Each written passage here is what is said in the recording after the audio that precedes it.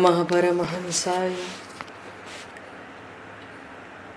स्वादित चरण कमल चिन्ह मकरंदाय भक्तजन मानस निवासाय श्री रामचंद्राय नमः।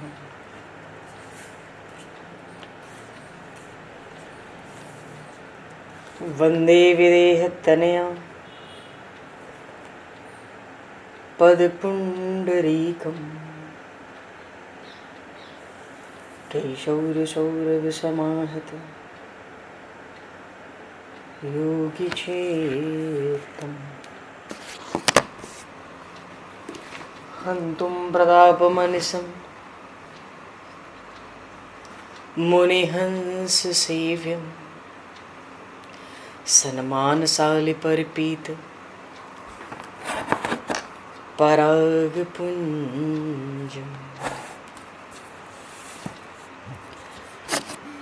यत्र यत्र रघुनाथकीर्तनं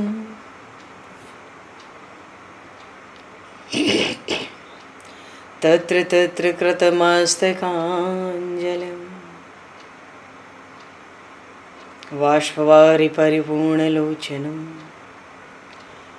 मारुतं नमत राक्षसान्तकं कुन्द इंदुसमदेह उमारमण करुणायन जाहि दीन परनेह करहु कृपा मर्दन मयन।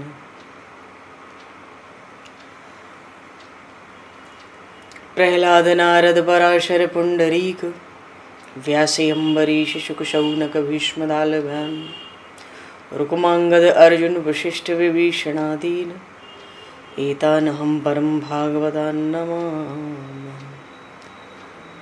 श्री सीतानाथ समारंभां श्री रामानन्दार्य मध्यमाम् अस्मदाचार्य पर्यन्तां वन्दे गुरु परम्पराम्।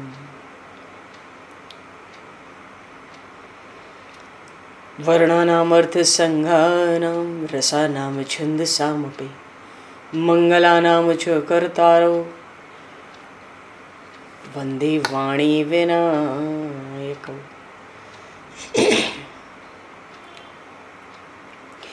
नान्यास्पृहा रघुपते हृदये स्मदीये सत्यं वदामि च भवान् किलान्तरात्मा भक्तिं प्रयक्ष रघुपुङ्गवनर्भारां मे कामादिदोषरहितं कुरु मानसं च।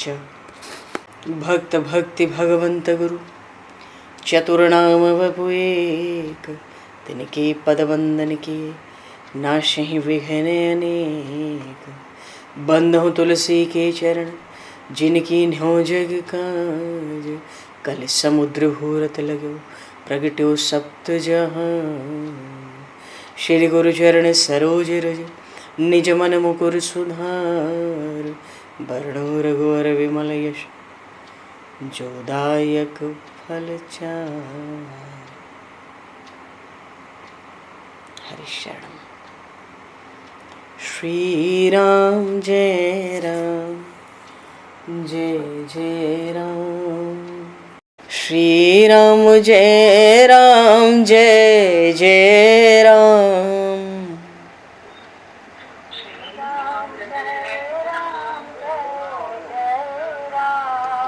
श्री राम जय राम जय जय राम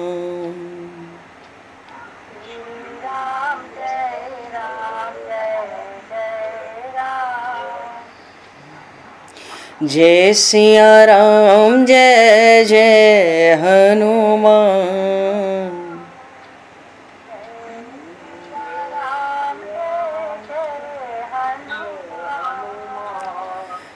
श्री गुरु रामानंद भगवान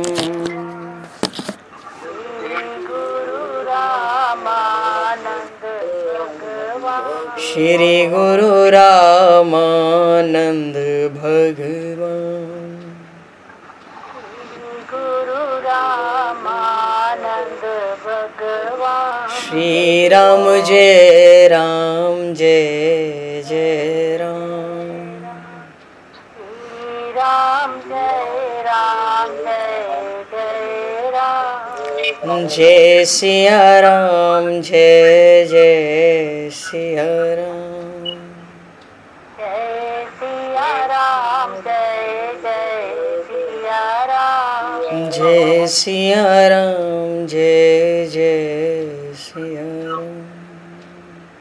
जय सिया राम जय जय सिया राम। बोली सियावर रामचंद्र भगवान की जय।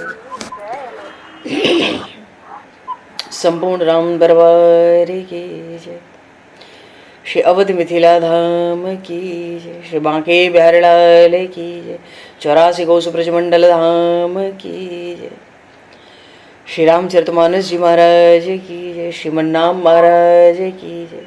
श्री पंडरीनाथ भगवान की जय। कली पावन अवतार गोस्वामी तुलसीदास जी महाराज की जय। सब संतन की जय, सब भक्तन की जय, समस्त वैष्णवन की जय, समस्त पूर्वाचार्य चरणन की जय, समस्त संप्रदाचार्यन की जय। श्री सद्गुरुदेव भगवान की जय। गंगा मैया की जय, जमुना मैया की जय, सरजू मैया की जय, गौ माता की जय, तुलसी माता की जय, पृथ्वी माता की जय, एकाशी महारानी की जय। जय जय श्री सीताराम, जय जय श्री राधे श्याम। नमः पार्वती पते हर हर महादेव।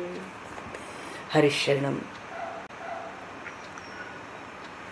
अनंत कोटि ब्रह्मांड नायक सर्वेश्वर पूर्ण परात्पर ब्रह्म असंख्य कल्याण गुणगणलय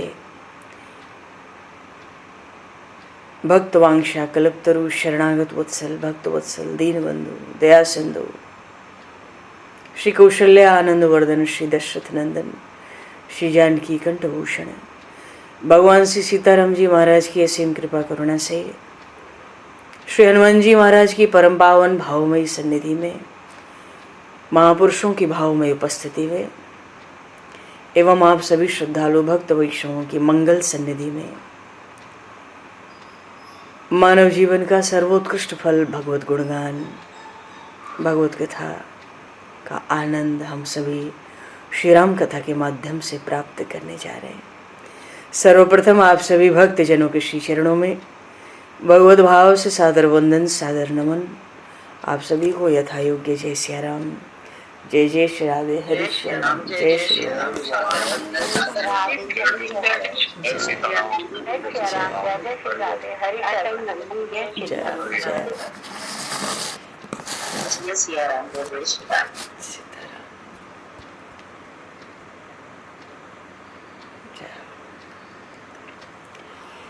श्री रामचंद्र चरणों मनसा स्मरामि।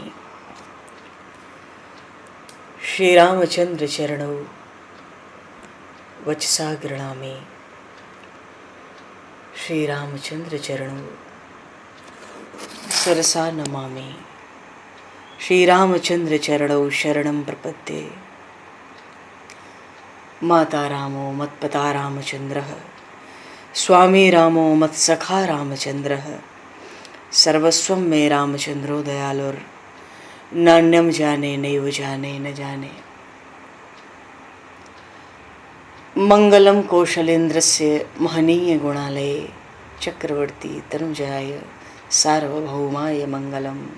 रामं रामानुजं सीतां भरतं भरतानुजं सुग्रीवं वायुसूनं च प्रणमामि पुनः पुनः। नमोस्तु रामाय सलक्ष्मणाय दिव्यै च तस्मै जनकात्मजाय।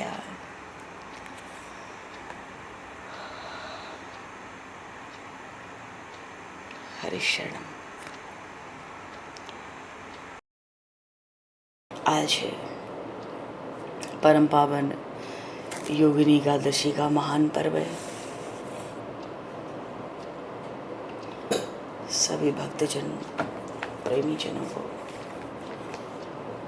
योगिनी एकादशी की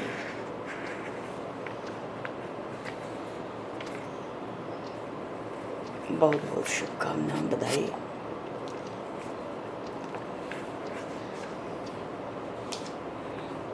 ये जो योगिनी एकादशी है बड़े बड़े पातकों से, पापों से, महापापों से छुड़ाने वाली है।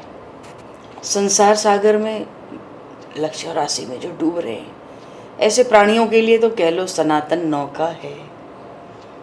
तीनों लोकों में ये योगिनी एकादशी तीनों लोकों में सारभूत व्रत है, केवल पृथ्वी पर नहीं।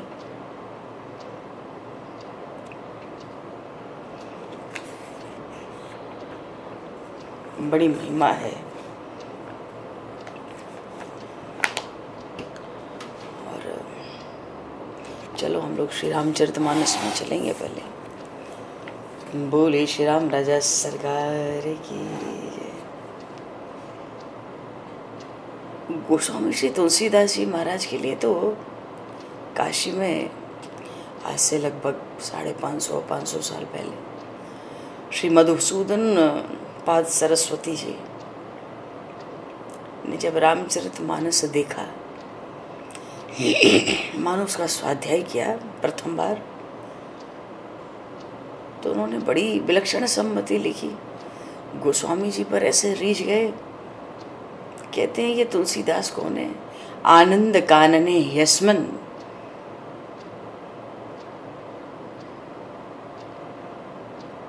जंगमस तुलसी तरु। ये तुलसीदास तो तुलसी का चलता फिरता पौधा है। आनंद कानने, आनंद वन कहते हैं काशी को। काशी में ये तुलसीदास तो चलता फिरता तुलसी का ही पौधा है। कविता मंजरी भांति राम भ्रमर भूषिता। तुलसी का पौधा है तो तुलसी में तो मंजरी भी होती है। हाँ, वही तो गोस्वामी जी की रामचरित्र की कविताएं हैं जिस पर प्रभु श्री राम भंवर बनकर मंडराते हैं। ये तो सामदेव की ऋचाएं ही हैं। ऐसा विलक्षण प्रभाव है इनकी वाणी का। बोलिए श्री गोस्वामी तुलसीदास जी महाराज की जय। पूर्व प्रसंग में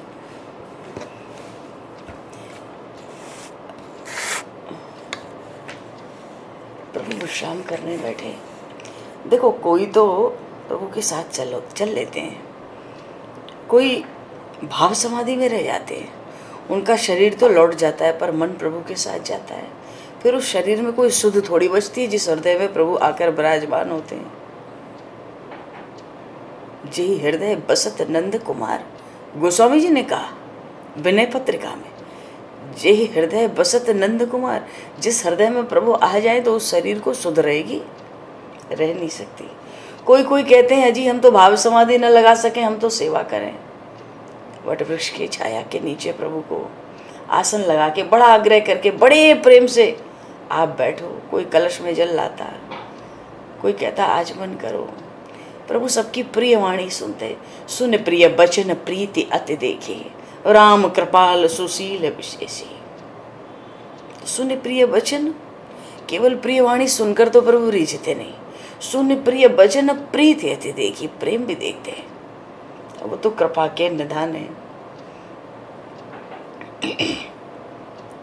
प्रभु विश्राम करते हैं, विराजते हैं, तो फिर तो राम चंद्र मुख चंद्र चकोरा, चंद्रमंडलाकार सब बैठ जाते हैं घेर के। मानो एक टक अपलक जैसे चकोर चंद्रमा को देखा है। एक टक सब सोहं चहुओरा, राम चंद्र मुख चंद्र चकोरा। बरन न जाए मनोहर जोरी। संपूर्ण चरित्र का, भगवान के अवतारों में संपूर्ण चरित्र का आनंद तो केवल श्री राम चरित्र में ही है।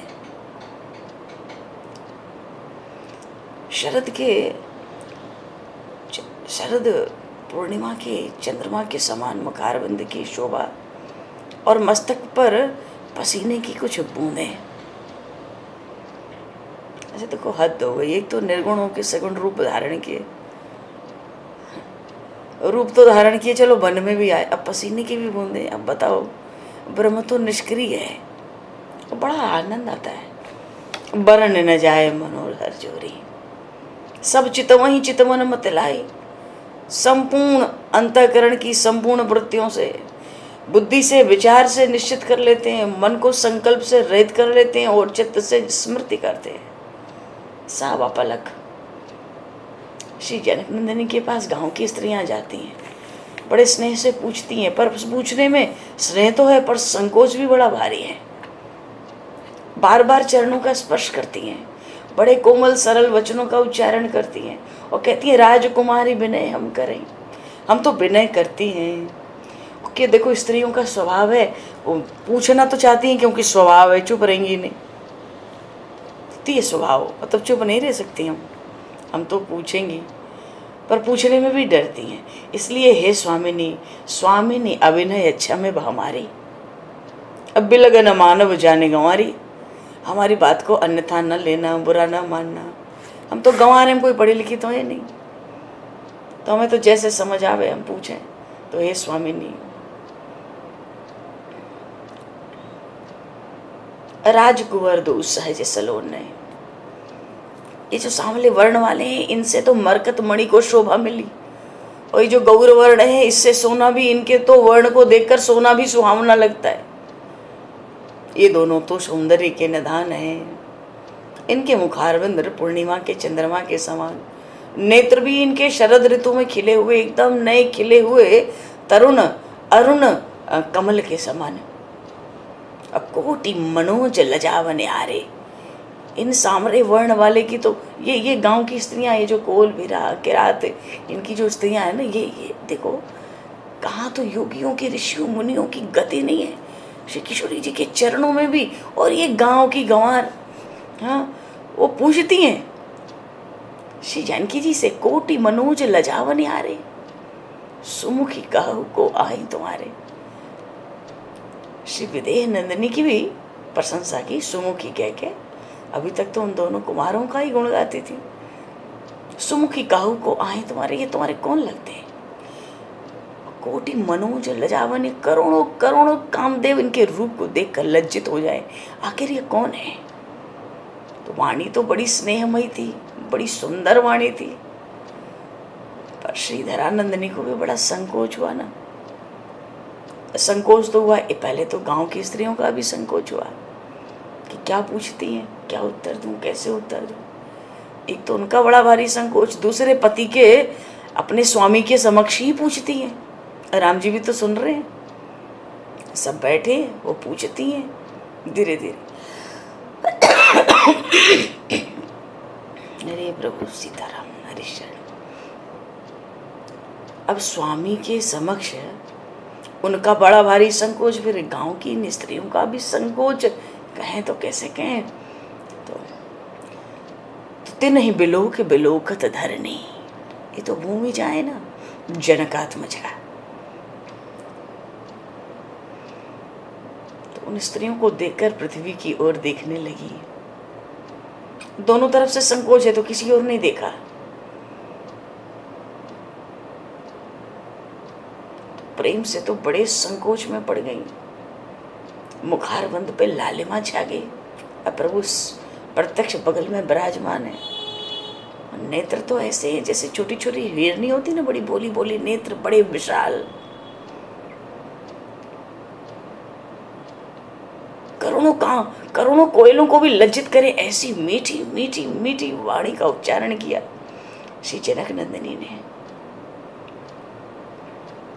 सहज सुभाय सुभग तन गोरे, नाम लखन लघु देवर मोरे। ये जो सहज ही स्वभाव से बड़े सहज ही इतने गौर वर्ण हैं, ये मेरे छोटे देवर हैं, इनका नाम लक्ष्मण है। नाम लखन लघु देवर मोरे, मानो ये भी कह दिया बड़े देवर भी हैं और भी लोग हैं, ये छोटे देवर हैं, इनका नाम लक्ष्मण है। अब बहुरी बदन बिदु अंचल टांकी, काव्य तो देखो गोस्वामी जी का, आनंद कानने हिस्मिन।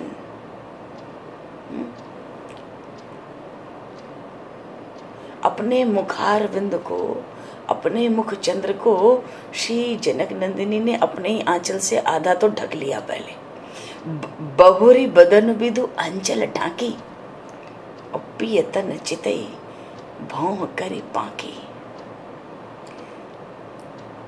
अपने स्वामी श्री राम की ओर देखा, बस देखा, और भौं थोड़ी तिरछी की, अपने ही आंचल से मुंह को थोड़ा ढक लिया भौं तिरछी करके तिरछे नेत्र से स्वामी की ओर देखती है।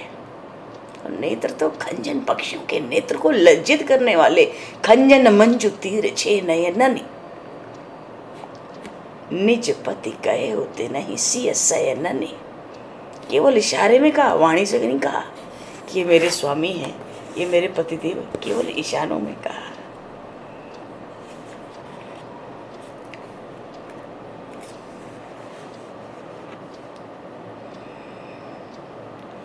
सुनि सुंदर बैन सुधारस साने, सयानी है जानकी जानी भली, तिरछे कर नयन दिसैन तिने, समझाए कछु मुस्काए चली।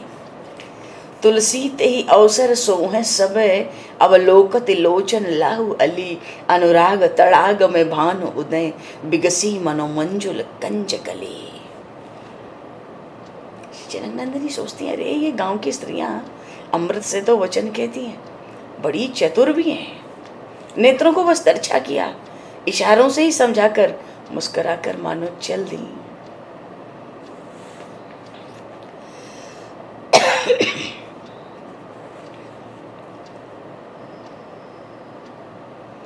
इतना आनंद छा गया उन गांव की स्त्रियों में।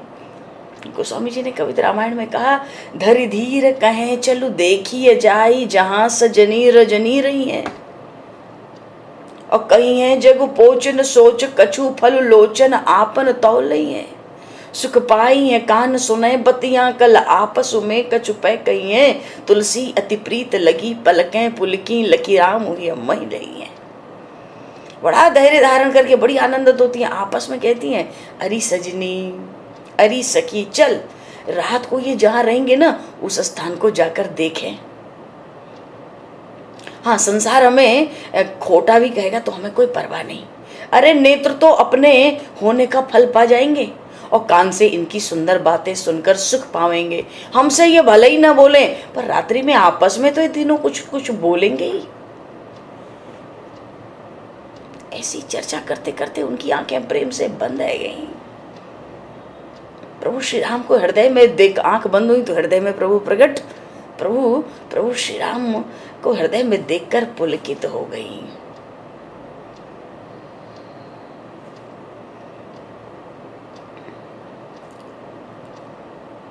अच्छा, कोई कोई स्त्रियां नहीं आ पाई थी बग के साथ में, कोई कोई घर रह गई, या कोई कोई कुएं पे गई थी, जल लेने गई थी, कोई इधर उधर थी।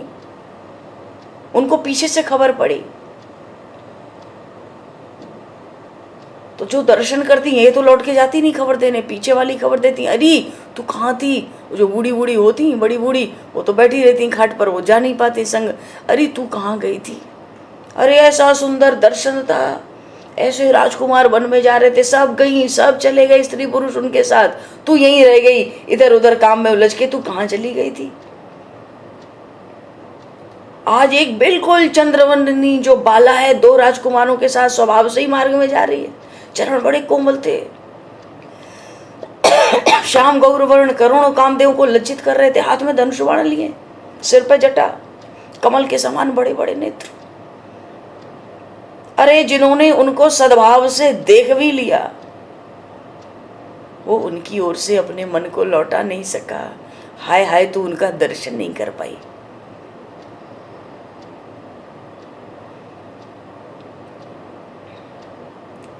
भौं तो ऐसी लगती थी कामदेव के धनुष के समान बनी हुई थी।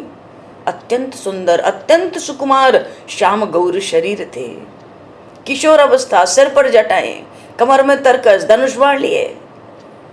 अच्छा, जिस समय वो वृद्धाएं जो थी घर में, वो जो दूसरी दर्शन नहीं कर पाई, उनको कहती हैं, अरे जिस समय अचानक ही उनकी तिरछे निगाह मुझ पर पड़ी, अरे सखी तुझसे किस प्रकार कहूँ, वे दोनों मृदुल मूर्तियां मेरे मन में बसकर मुझे तब से मोहित कर रही हैं।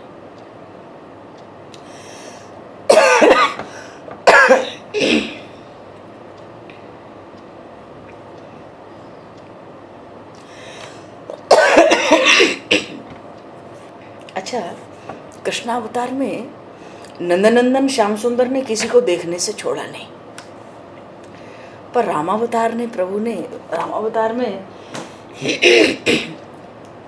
ने जब भी दृष्टि डाली भीड़ हो, एकांत हो, राज दरबार हो या निज महल हो, तो प्रेम सुपीछे तिरछे पियाही चितै चित उदय चल चैले चित चोरे। श्याम शरीर पसेउ लसै हुलसै तुलसी छवि सोमन मोह। प्रभु तो जब देखते,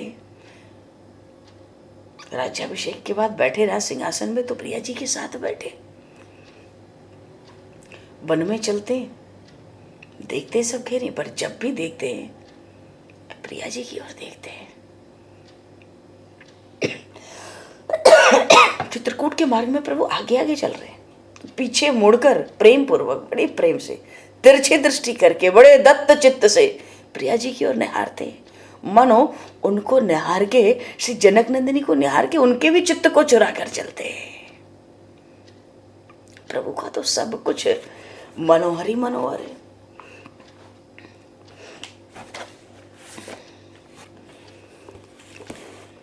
अच्छा, जब गांव की स्त्रियों ने सुना, अरे ये तो इसके पतिदेव हैं, ये सांवरे वर्ण वाले, बड़ी प्रसन्न हुई।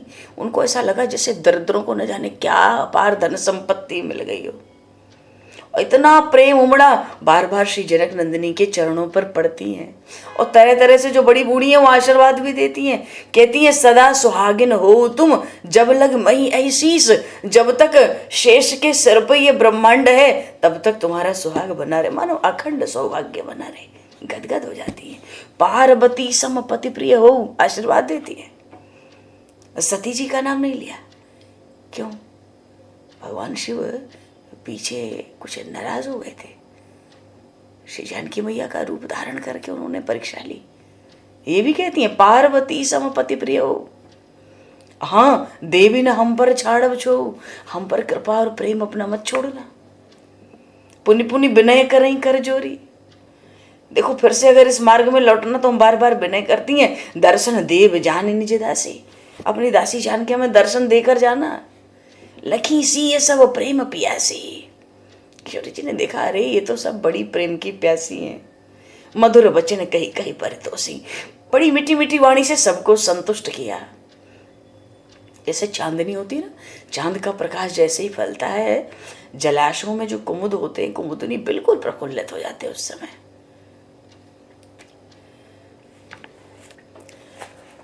तो भगवान प्रभु तो वहां एक घड़ी ही रुके, ज्यादा रुके नहीं। इतने में इतना लाभ मार्ग के लोगों ने प्राप्त किया।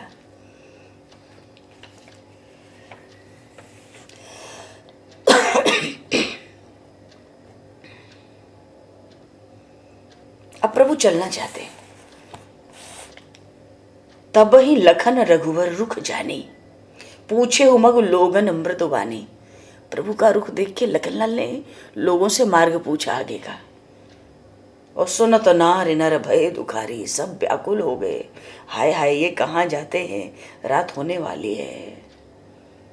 उनके नेत्रों से अश्रु प्रवाहित होते हैं, शरीर में पुलकावली छाती है। जो आनंद था वो तो मानो चला गया, मन भी मलिन हो गया। ऐसा लगा विधाता ने कोई बड़ी भारी निधि दी थी और झट उस विधाता ने छीन ली। सबने कर्म की गति को देखा, धैर्य रखा और मार्ग बताया। लखन जानकी सहित तब गवन की न रघुनाथ। देखो, लखनलाल के तो प्राणों के समान है प्रभु, और अपनी उन प्रियतमा श्री सीता जी के प्राणों के भी प्राण हैं। ऐसे वो कृपामय शीलमय श्री रघुनाथ जी ने स्वभाव से ही और प्रेम की रीति को जानकर बड़े संकोच से वो सिरस के सुमन के समान अपनी सुकुमारी और सौंदर्य की सीमा उन सीता जी को अपने साथ ले लिया।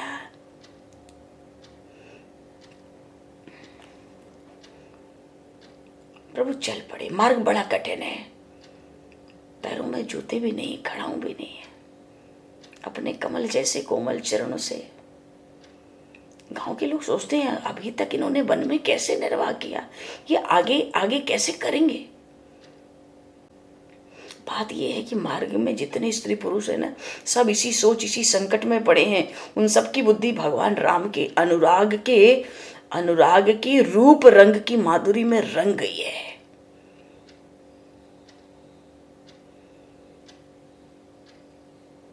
कोई कोई वृद्ध कहते हैं कि विधाता तो हमारे लिए अनुकूल है पर इनसे विमुख है।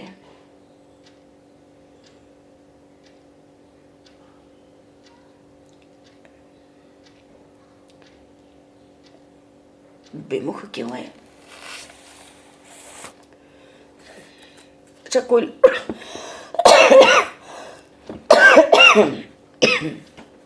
लोग लौटते तो है नहीं, जैसे तैसे प्रभु ने समझा समझा कर फेरे सब प्रिय वचन कही, लिए लाई मन साथ, सबने अपना मन तो प्रभु के साथ भेज दिया। नहीं ले जाते हमें तो ठीक है, हमारे मन को तो आप रोक नहीं लोगे, हमारा मन आपके साथ वन में जाएगा। पर जो लौटते हैं बड़ा पछताते हैं, दैव को दोष देते हैं, विधाता को दोष देते हैं, मन ही मन बड़ा भारी विषाद होता है। आपस में बातें करते हैं, विधि कर्तव्य उल्टे सब आई, विधाता का तो सब कर्म ही उल्टा है। ये विधाता बड़ा निरंकुश है, इसको किसी का डर नहीं है, इस पर किसी का शासन नहीं है ना, बड़ा निष्ठुर है। तभी तो देखो चंद्रमा को भी घटने बढ़ने वाला इसने बना दिया, चंद्रमा को भी इसने कलंक लगा दिया। कल्प वृक्ष कोई पेड़ होने लायक है, उसको वृक्ष बनाया है इसने। इस विधाता ने देखो इतना बड़ा समंदर, लोग जल पीते तो अगाते नहीं, जल उस समंदर के जल को खारा बनाया। ये सब ब्रह्मा जी की कमी। देखो गांव के लोग हैं पर इतना विषाद है हृदय में प्रभु को देख देख के, श्री जनक नंदिनी को देख देख के कि विधाता को बताते हैं ब्रह्मा में क्या क्या दोष है, इसकी सृष्टि में इसने कैसे कैसे क्या बनाए। इतना दोष है इसलिए कोई कहती है अरे ब्रह्मा जी ने इनको नहीं बनाया, दूसरी कहती है नहीं बनाया इसीलिए तो तेई पटाए बन राजकुमारा। ब्रह्मा जी ने इनकी रचना तो की नहीं, ऐसा स्वरूप है 14 भुवन में है नहीं। ब्रह्मा जी तो दर्शन करें तो वो भी अपलक हो जाएंगे। ब्रह्मा जी सोचे हम इनके समान बना पाए नहीं, खूब परिश्रम हो गया, ईर्ष्या हो गई, इनको वन में भेज दिया, इनको छिपा दिया।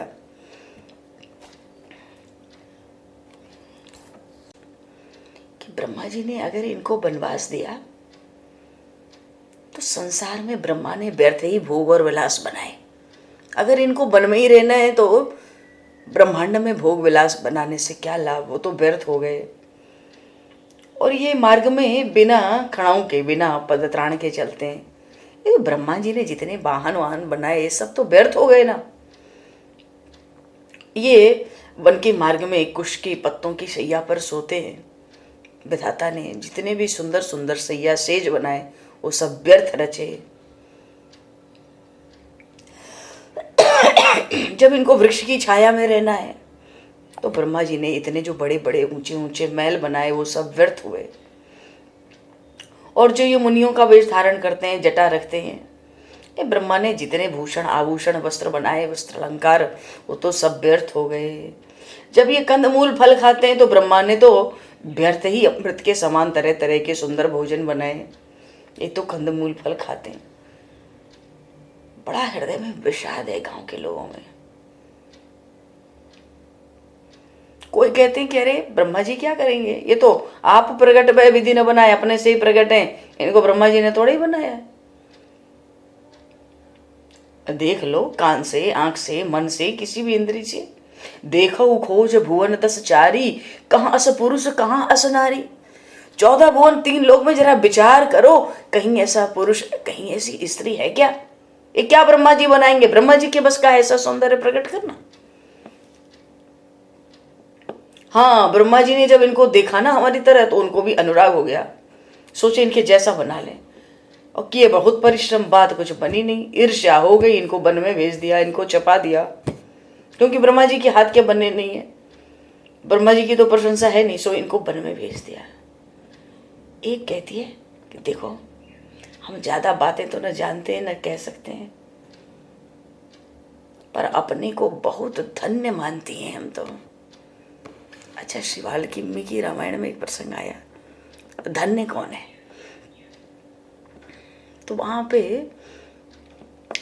बताया कि जिन लोगों ने प्रभु श्री राम का दर्शन किया, क्या जिनको भगवान ने देख लिया एक बार भी जीवन में, वो धन्य हैं। और जिन्होंने प्रभु का दर्शन नहीं किया, जिन पर प्रभु की दृष्टि नहीं पड़ी, वो अधन्य है। एक ये बड़ी बूढ़ी कहती है, भाई हम तो ज्यादा कुछ जाने नहीं, अपने को परम धन्य करके मानती हैं, और हम ही नहीं ते पुण्य पुण्य पुंज हम लेखे, जे देखी हैं, जे देखें देखी हैं जिन देखे। हम तो अपने समान उनको परम पुण्यवान समझते हैं जिन्होंने इस झांकी का दर्शन किया, या जो अभी कर रहे हैं, या जो भविष्य में कभी करेंगे जन्म जन्मांतर में, वो ही परम धन्य हैं। जिसने इस झांकी का दर्शन नहीं किया उसने क्या लाभ प्राप्त किया?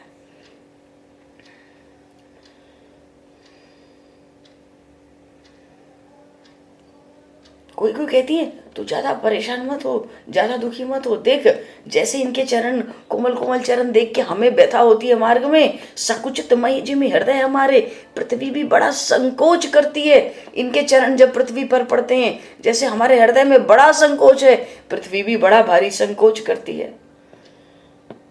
तो हे विधाता, हे प्रभु, हे परमात्मा, वो तो कहती है हे परमात्मा जो जगदीश इन्हें बन देना। अगर परमात्मा ने इनको बन दिया है, ऐसे सुकुमार इनको बन दिया है, तो फिर उस विधाता ने, उस परमात्मा ने मार्ग को सुमनमय क्यों नहीं बनाया? पूरा मार्ग पुष्पों का क्यों नहीं बना? कोई कहती है अरे सखी इन बातों पे हमारा क्या जोर है, पर अगर ऐसा कुछ विधान होता कि विधाता से जो मांगो वो मिल जाए, तो हम यही कहती कि ए रखी यही सखी अखियन माही, हम तो फिर इनको अपनी आंखों में रख लेते। देखो बड़ी बड़ी गोपियों का अवतार हुआ, कृष्णावतार में जाके बड़ी लंबी कहानी, बड़ा भारी रहस्य है गोपियों के अवतार का ब्रज में। कोई कहती है मन मांगी चीज मिलती तो हम इनको अपनी आंखों में रखते, और जे नर नारी ना अवसर आए तिन सिय राम न देखन पाए, सुनि स्वरूप बूझई अकुलाही, अब लगी गए कहाँ लगे भाई। जो देख नहीं पाए पीछे से व्याकुल होके आते, पता लगा अरे वो तो ठहरे थे, तू आई नहीं, तू आया नहीं, वो तो चले गए। अब तो वो बड़े व्याकुल होते, एक दूसरे से पूछते अरे अभी तक कहाँ गए होंगे, कहाँ तक गए होंगे, पीछे पीछे सब दौड़ते हैं।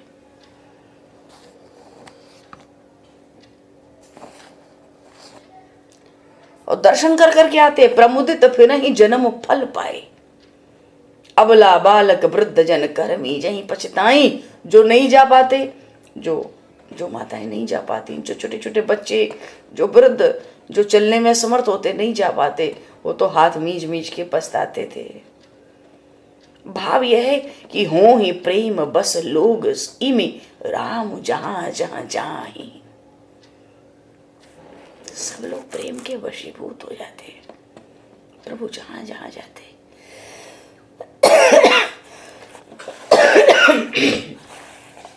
सभी प्रेम के वशीभूत हो जाते हैं। कोई तो कहती मेरा मन तो उन्हीं के साथ चला गया, नेत्र भी सोचवश जल बरसा रहे हैं। मैंने चित्त को बहुत कुछ समझाया है तो भी उनके दर्शन की लालसा लगी हुई है। अब इसे वही पूर्ण करेगा जिसने उनको एक बार यहाँ लाकर दिखाया, जिस परमात्मा ने, वही परमात्मा लौटते समय एक बार और लाके उनका दर्शन करा देगा। कोई कहती है अरे वो तो वीर पथिक इस मार्ग से गए तो फिर लौटे नहीं, वो स्वभाव से ही बड़े सुंदर थे, क्या हम उन्हें कब एक बार फिर कभी देख सकेंगे? उनकी लंबी लंबी भुजाएं, सभी अंग अत्यंत मनोहर। अरे जिन माता पिता ने उनको जन्म दिया वो धन्य हैं।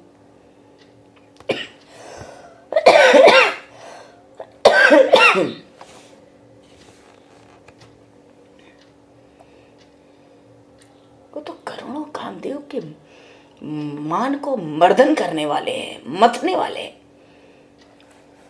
कोई कहती है अरे सखी किसी से पूछो तो वो अभी कहाँ गए, कहाँ जाएंगे, वो कहाँ जाना चाहते हैं, कहाँ से आए, कौन है, ये तो हम जाने ही नहीं। हम तो छवि में ही, रूप माधुरी में ही डूबे रह गए। उनका नाम भी नहीं पूछा, वो सांवले वर्ण वाले, गौर वर्ण वाले कुमारों का नाम भी नहीं पूछा। अपना कार्य पूरा करके कुशल पूर्वक इसी मार्ग से लौटेंगे या किसी और मार्ग से लौटेंगे, ये भी नहीं पूछा हमने। पर कुछ भी कहो, देखने में बड़े सुहावने, बड़े सरल जान पड़ते, और देखने वाले, उनकी शोभा देखने वाले तो बिना मोल ही बिक जा रहे हैं।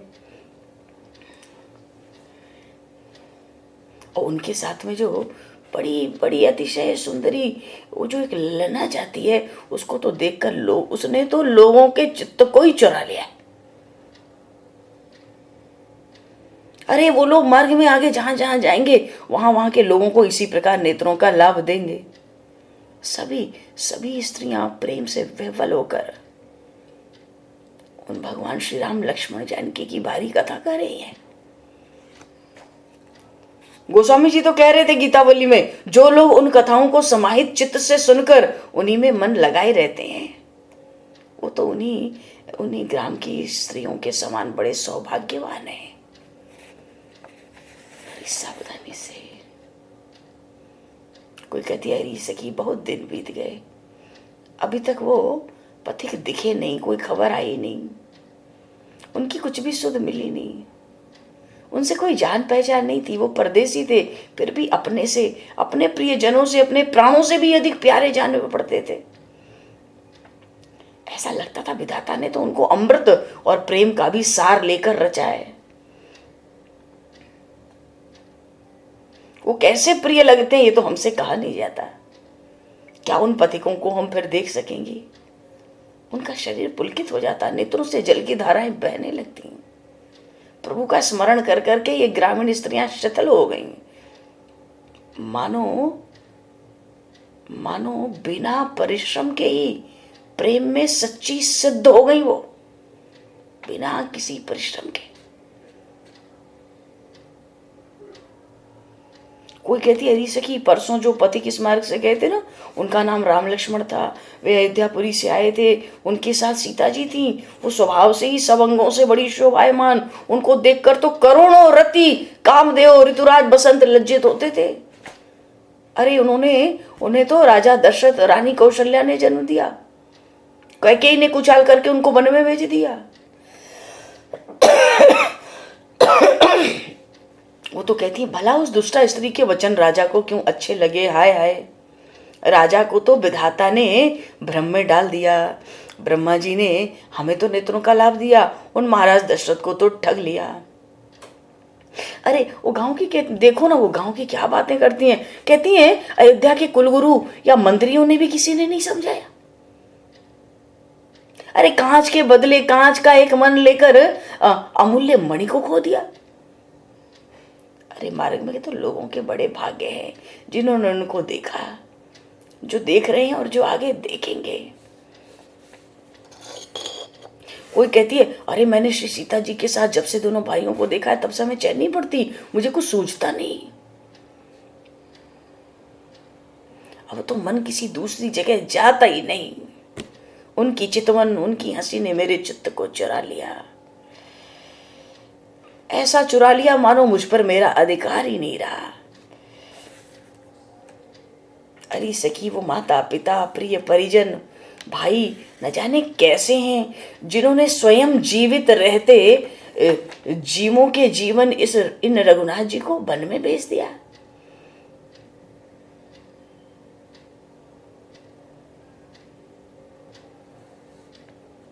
ऐसा प्रेम है ना, इसलिए गोस्वामी जी ने भी रामचरितमानस में इन ग्राम स्त्रियों की बड़ी चर्चा की, क्योंकि इनके हृदय में प्रभु के लिए बड़ा विलक्षण प्रेम प्रकट हुआ, बड़ा मधुर, बड़ा सहज स्नेह।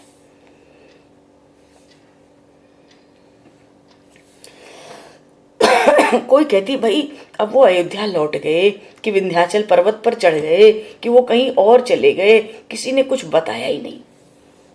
वो बड़ी बारंबार व्याकुल होती हैं, और प्रभु श्री राम तो बड़ी तेजी से महर्षि वाल्मीकि के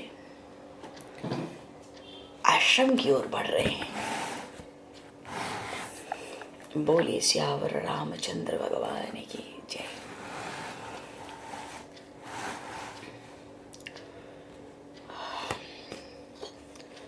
सोचे थे थोड़ी सी भागवत सुनाएं, पर अब जागरण में ही सुना पाएंगे, रात को एकादशी जागरण में ही।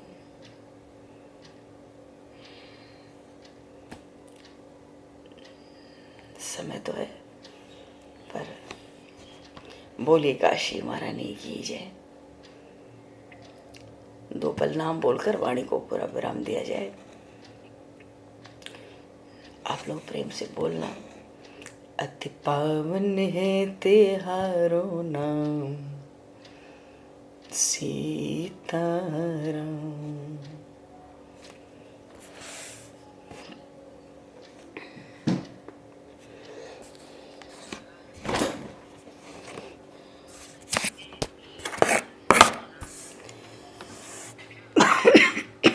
अति पावन है तेहारो नाम,